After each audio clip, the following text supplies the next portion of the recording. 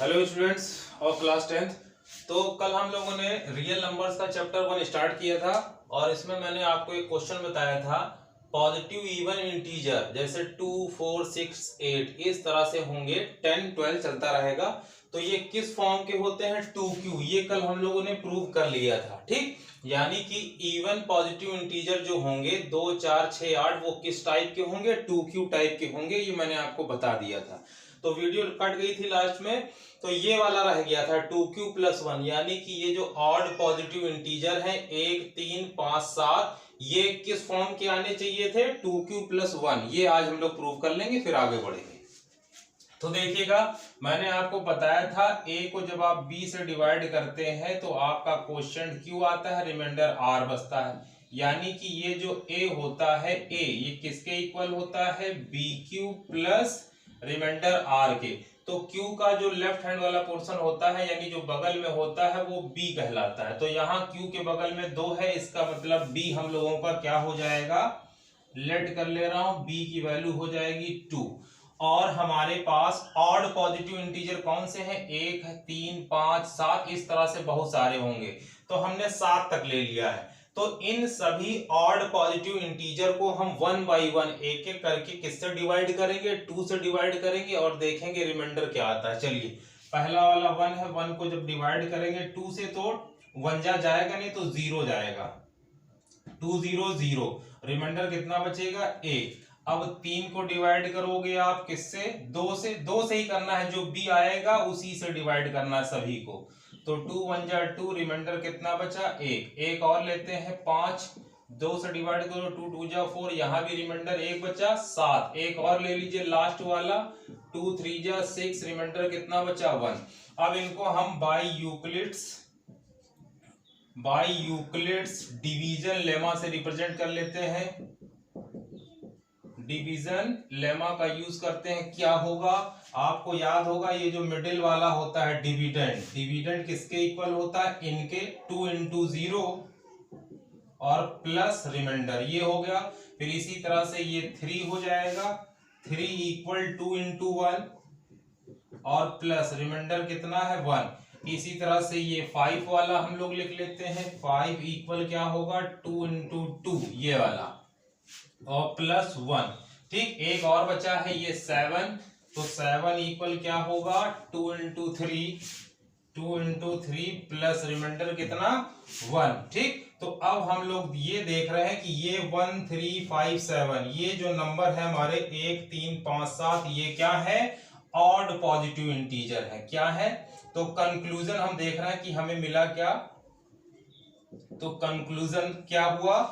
ये जो 1 3 5 7 इसका मतलब ये जो ऑड पॉजिटिव इंटीजर है, ऑड पॉजिटिव इंटीजर, तो ये जो ऑड पॉजिटिव इंटीजर है ये किस तरह क्या है? देखिए, सब में 2 है 2 2 2 2, यानी कि ये क्या हो गया? और इधर वाले नंबरों को मैंने बोला ऑड पॉजिटिव इंटीजर किस तरह के आए? तो 2 आया, सब में 2 आया। उसके बाद जो बगल में है 0 1 2 3 ये सब अलग नंबर है, डिफरेंट नंबर है। इनको आप इंटीजर कह सकते हो क्योंकि 0 भी इंटीजर, 1 भी इंटीजर, 2 भी इंटीजर, 3 आल्सो इंटीजर। और इंटीजर को किससे बिलोंग कर लेते हैं? q से। समझ में आ गई बात? ये जो नंबर है हमारे 0 1 2 3 इन सब डिफरेंट नंबर को मैंने q बोल दिया, ठीक है। और q क्या था? q बिलोंग्स टू इंटीजर था, यानी q कोई इंटीजर, 0 भी हो सकता है q की जगह, 1 भी हो सकता है, 2 भी हो सकता है, ठीक। अच्छा, प्लस, अब आगे बढ़ते हैं, प्लस, और ये सारे देखिए इक्वल है, 1 1 1 1 यानी 1 आया। तो देखिए प्रूव कर दिया हमने कि जो ऑड पॉजिटिव इंटीजर होता है वो 2q+1 टाइप का होता है, ठीक। तो इसको आप नोट कर लेंगे, इसी तरह से बोर्ड एग्जाम में कर लेना है, कोई दिक्कत नहीं, पूरा कंप्लीट सही है। बस इस तरह से ये जो मैं समझा रहा हूं, लाइनें बना रहा हूं, ये मत खींचिएगा। अब अगला क्वेश्चन लेते हैं, ये कंप्लीट हो गया। नेक्स्ट, तो चलिए देखते हैं नेक्स्ट क्वेश्चन। नेक्स्ट क्वेश्चन हम लोगों का क्या है? So that any positive odd integer, यानी हमें पॉजिटिव ऑड इंटीजर लेना है और जो पॉजिटिव ऑड इंटीजर है वो किस फॉर्म का होना चाहिए? इज ऑफ द फॉर्म, ये देखिए यहां लिखा है 4q+1 हो या फिर 4q+3 हो, यानी जो भी पॉजिटिव ऑड इंटीजर होगा वो किस फॉर्म का होना चाहिए? 4q+1 या 4q+3। तो चलिए सॉल्यूशन करते हैं इसका। तो मैंने आपको बताई था Q के बगल वाला B होता है, यहाँ भी Q के लेफ्ट में 4 है, यहाँ भी Q के लेफ्ट में 4 है, तो लेट कर ले रहे हैं क्या भाई कि जो B होगा वो हम लोगों का 4 होगा। और हमें किसे एक्सप्रेस करना है, पॉजिटिव ऑड इंटीजर। तो हम लोगों के पॉजिटिव ऑड इंटीजर कौन से होते हैं, अभी बताया था मैंने, पॉजिटिव ऑड इंटीजर भैया क्या होता है 1 3 5 7 एक्सेट्रा। ठीक, तो ये हम लोगों के पॉजिटिव ऑड इंटीजर है। ठीक, अभी इसका हम एक दूसरा भी तरीका बताएंगे, उससे तुरंत लग जाता है, लेकिन आप पहले एक्सप्लेनेशन देख लें इसका। ठीक, तो मैंने क्या बताया, b पता कर लिया, b है 4 और ये है ऑड पॉजिटिव इंटीजर। ठीक, तो इनको 1 बाई 1 करके हम लोग किससे डिवाइड करेंगे, b से, और b कितना है 4। समझ में आ गई बात, जैसे अभी किया था। तो पहले यहाँ पर 1 है तो 1 को डिवाइड कर दे किससे, 4 से, तो 0 बार जाएगा, 4 0 0 होगा, रिमाइंडर 1 बचेगा। ठीक, अगला 3 ले लो, 3 को डिवाइड कर दो 4 से, अब भी नहीं जाएगा, तो क्या होगा 4 0 0, कितना बचा 3, और अगला क्या है 5। ठीक, अब इसको डिवाइड करो 4 से, तो 4 1 जा 4, रिमाइंडर कितना बचा 1। अगला और ले रहे हैं 7, 7 को डिवाइड करो 4 से, 4 1 जा 4, कितना बचेगा 3 बचेगा। ठीक, इस तरह से हमारे आगे हम और भी कर सकते हैं, लेकिन 7 तक कर दिया बहुत है। तो हम क्या देख रहे हैं भाई, इसको बाई यूक्लिड डिवीजन लेमा से एक्सप्रेस कर देते हैं, by Euclid's division lemma, lemma बोलो या थ्योरम बोलो, बात एक ही है। और एल्गोरिथम का मतलब होता है स्टेप्स, यानी कि क्वेश्चन को सॉल्व करने के लिए, पार्टिकुलर क्वेश्चन को सॉल्व करने के लिए जो भी स्टेप्स आप करेंगे वही एल्गोरिथम कहलाएगा। ठीक, एल्गोरिथम कोई नई चीज नहीं, तो स्टेप्स होता है। ठीक, क्या वो स्टेप्स होती हैं जिसके माध्यम से हम किसी पार्टिकुलर क्वेश्चंस को सॉल्व करते हैं। तो फिलहाल क्वेश्चन पे चलते हैं जो था। तो बाय यूक्लिड्स डिवीजन लेमा, ये हम लोगों को इससे क्या रिप्रेजेंट कर सकते हैं, देखिए ये जो हम लोगों का डिविडेंड है 1 एक बात और देख लो उसके बाद बताते हैं। यहाँ रिमाइंडर कितना है 1 और यहाँ भी रिमाइंडर कितना है 1, तो 1 वालों को एक साथ लिख ले रहे हैं और जिनका रिमाइंडर 3 है उनको एक साथ लिख ले रहे हैं। ठीक, तो यहाँ पर देखिएगा, तो इसका रिमाइंडर 1 है तो इसको कैसे लिखोगे, ये रहा डिविडेंड, तो 1 इक्वल क्या होगा 4 इंटू 0 प्लस का 1। ठीक, और 1 वाला रिमाइंडर ये है तो इसको कैसे लिखोगे 5 इक्वल क्या होगा 4 इंटू 1 होगा, 4 इंटू 1 प्लस रिमाइंडर 1। ठीक, ये लिख लिए, और जिनका रिमाइंडर 3 है उनको इधर लिख लेते हैं, तो मिडिल में डिविडेंड कितना है 3, तो 3 इक्वल क्या होगा 4 इंटू 0 और प्लस का 3, ये हो गया। इसी तरह से यहां भी रिमाइंडर 3 है तो इसको कैसे लिखोगे 7 इक्वल 4 इंटू 1 प्लस का 3। ठीक, अब देखिए क्या निष्कर्ष निकलता है, तो यहां पर कंक्लूजन क्या निकलेगा, देखिए 1 और 5 क्या है, ऑड पॉजिटिव इंटीजर है। 1 और 5 क्या है, पॉजिटिव ऑड इंटीजर है। देखिए तो मैंने लिखा पॉजिटिव ऑड इंटीजर। ठीक, तो ये 1 और 5 पॉजिटिव ऑड इंटीजर है, तो ये किस तरह किया है, देखिए यहाँ पर 4 4 है बराबर, तो 4 लिख लिया, और ये 0 और 1 इंटीजर होता है, 0 और 1, और इंटीजर को मैंने पहले ही बताया है क्या लिखोगे Q बिलोंग्स टू इंटीजर। ठीक है, तो 0 और 1, 0 भी इंटीजर है 1 भी इंटीजर है, और इंटीजर को आप Q लिख सकते हैं, तो 0 और 1 को हम लोग Q लिख ले रहे हैं, प्लस ये देखिए 1 और 1 बराबर है तो यहां मैंने 1 लिख दिया। ठीक, तो 4Q प्लस 1, यानी निष्कर्ष क्या निकला, कंक्लूजन क्या निकला कि जो पॉजिटिव ऑड इंटीजर होता है वो 4Q प्लस 1 होता है। अब यहां का कंक्लूजन देख लें क्या निकलेगा, यहां का कंक्लूजन देखिए भैया 3 और 7 भी तो पॉजिटिव ऑड इंटीजर है, 3 और 7 ये भी हम लोगों का पॉजिटिव ऑड इंटीजर है, ये भी पॉजिटिव ऑड इंटीजर है।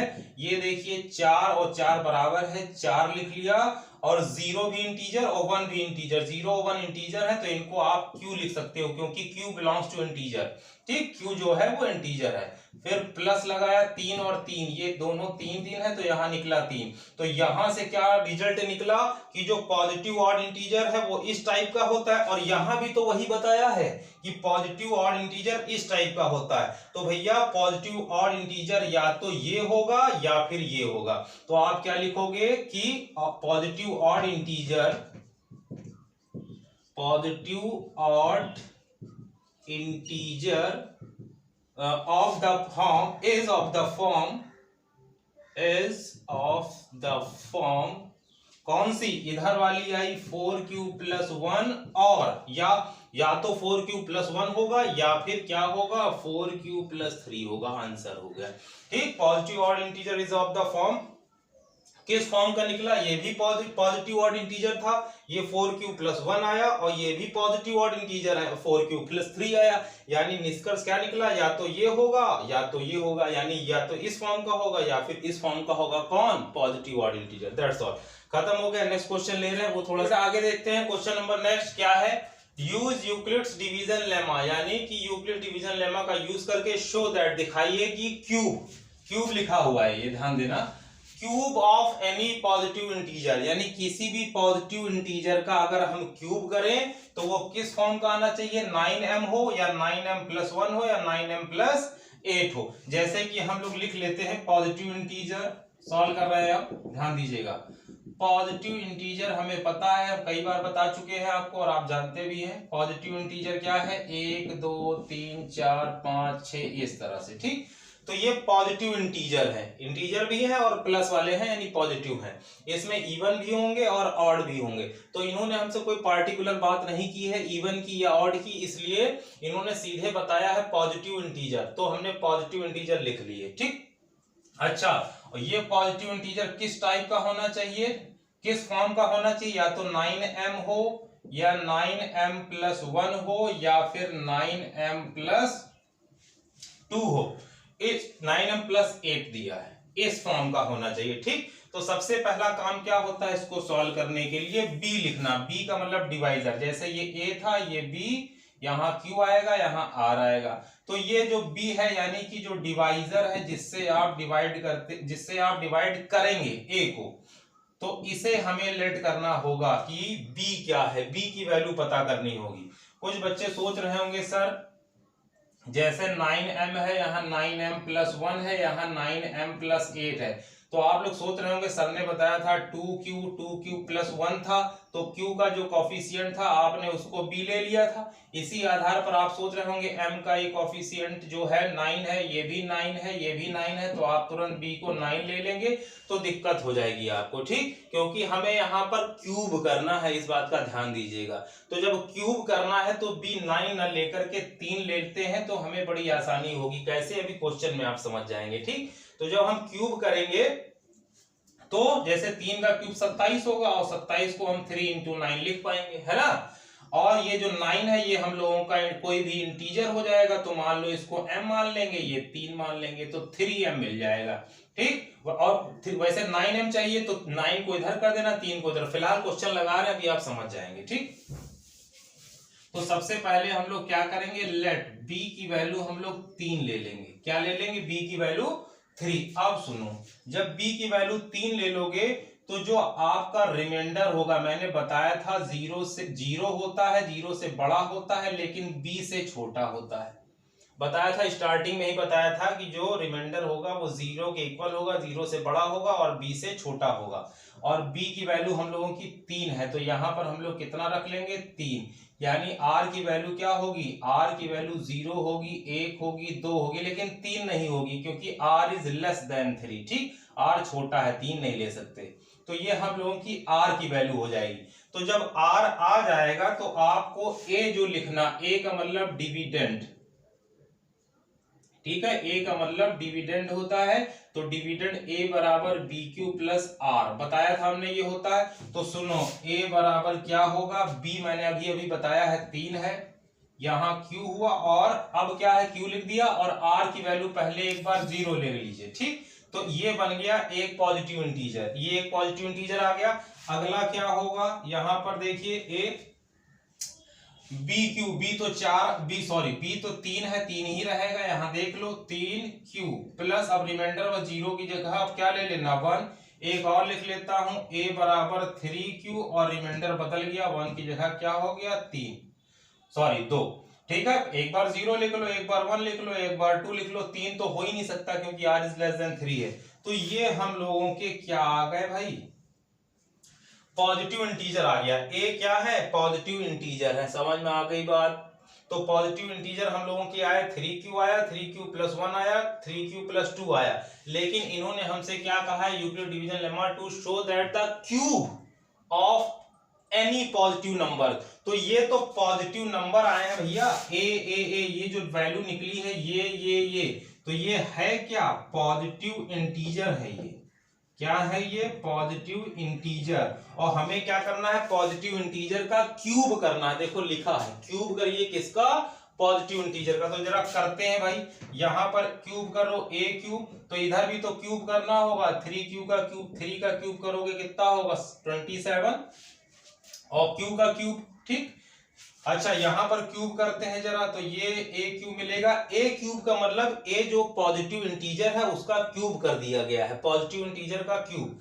अच्छा तो यहां पर क्या होगा? 3q+1 है, इधर क्यूब होगा भैया, इधर क्यूब करोगे तो ये भी तो क्यूब होगा, दोनों इक्वल हैं। तो यहां पर फॉर्मूला लगा देते हैं a+b का होल क्यूब। क्या होता है भैया? a³ + b³ + 3ab with in bracket a+b, ये होता है। थोड़ा सा इसको हम लोग सॉल्व करेंगे। 3 का क्यूब 27 और q का क्यूब q हो जाएगा। 1 का क्यूब 1 होगा, 3 3 जा 9, 9q है ये, 9q इससे मल्टीप्लाई करोगे तो 9 त्रिक 27 हो गया, और q स्क्वायर हो गया। ठीक, यानी इसको इससे और इसको इससे मल्टीप्लाई कर दे रहे हैं। क्लियर है? 3 3 जा 9q, 9 इंटू, यहां देख लो 9q इंटू 3q, तो 9 त्रिक 27, q स्क्वायर। ठीक, इसी तरह से। और प्लस अब 9q 1 में मल्टीप्लाई होगा तो ये 9q रहेगा। अच्छा इतना समझ में आ गया होगा। यहां पर क्यूब कर दीजिए, यानी कि जितने भी पॉजिटिव इंटीजर है सभी का क्यूब कर देना है, खुद ही कहा है क्वेश्चन ने। तो यहां पर होगा a क्यूब और यहां 3q+2 का क्यूब, यहां भी क्यूब कर दो। a क्यूब करोगे तो 27 क्यूब हो जाएगा। ठीक, b क्यूब करोगे तो 8 होगा, प्लस 3ab करेंगे तो 3ab with in bracket a+b।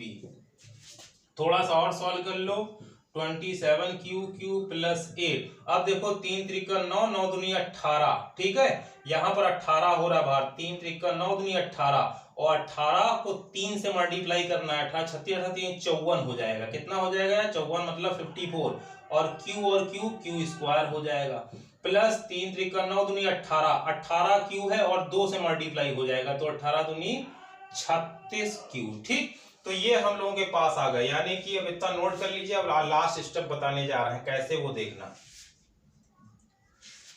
27q का क्यूब है और हमें लाना है 9m लाना है, या फिर 9m+1 हो जाए। समझ में आ गई बात? तो सुनो, 27 को आप क्या लिख सकते हो? 9 इंटू 3, और यहां है q।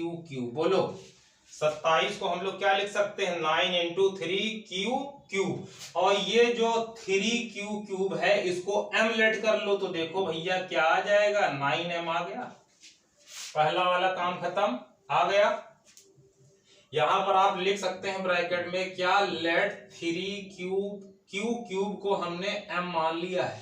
ठीक है, तो यहां पर क्या हो गया? 9m, ये हो गया। यहां पर देखिए थोड़ा सा सॉल्व करें, थोड़ा हटाना पड़ेगा, ऊपर वाला क्वेश्चन हटा दे रहे हैं ताकि आसानी से जगह मिल जाए।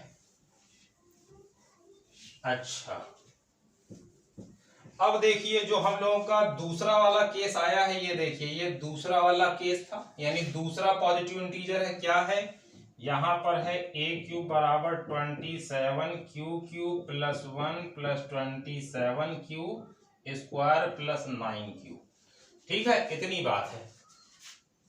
तो देखिए इनमें 9 कॉमन मिल जाएगा, इन तीनों में। यहाँ 27 है, यहाँ 27 है, यहाँ 9, तो यहाँ से आप क्या करिए? 9 कॉमन ले लीजिए, तो यहाँ क्या बचेगा? 9 त्रिक 27, 3q³ प्लस यहाँ क्या बचेगा? 3q स्क्वायर, क्योंकि 9 त्रिक 27 होता है, यानी इन तीनों से 9 कॉमन ले रहा हूं।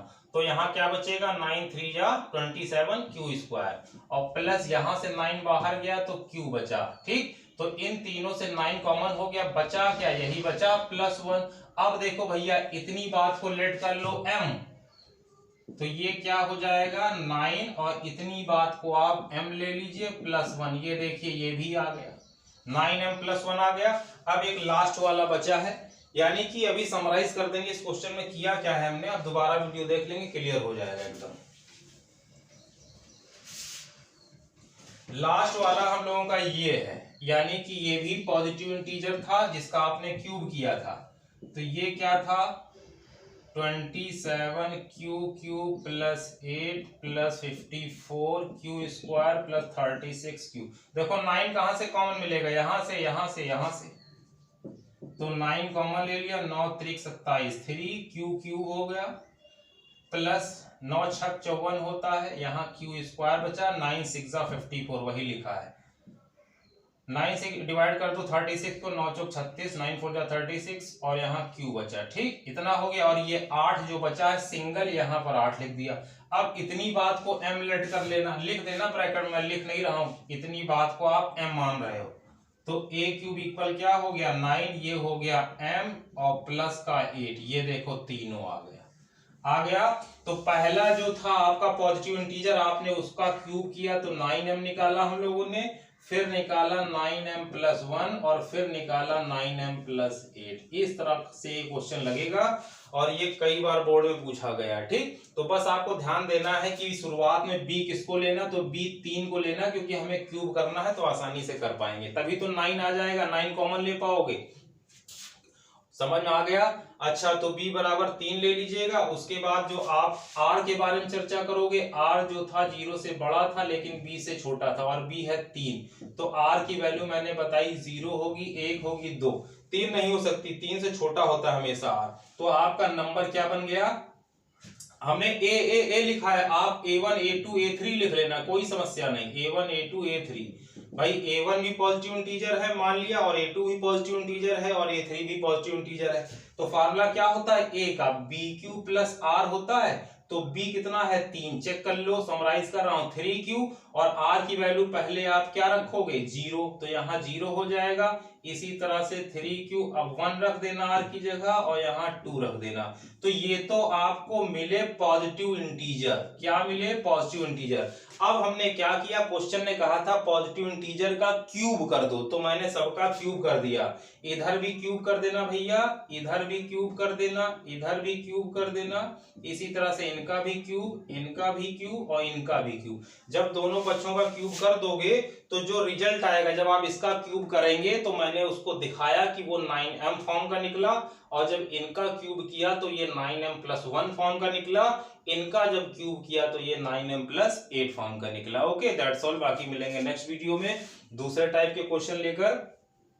अच्छा, जो बच्चे सब्सक्राइब नहीं किए वो कर लें, क्योंकि मुझे बार बार व्हाट्सएप पर सेंड करना पड़ रहा है तो दिक्कत हो जाएगी। तो आप सब्सक्राइब कर लें तो आपको ऑलरेडी नोटिफिकेशन मिल जाएगा। ठीक, ओके।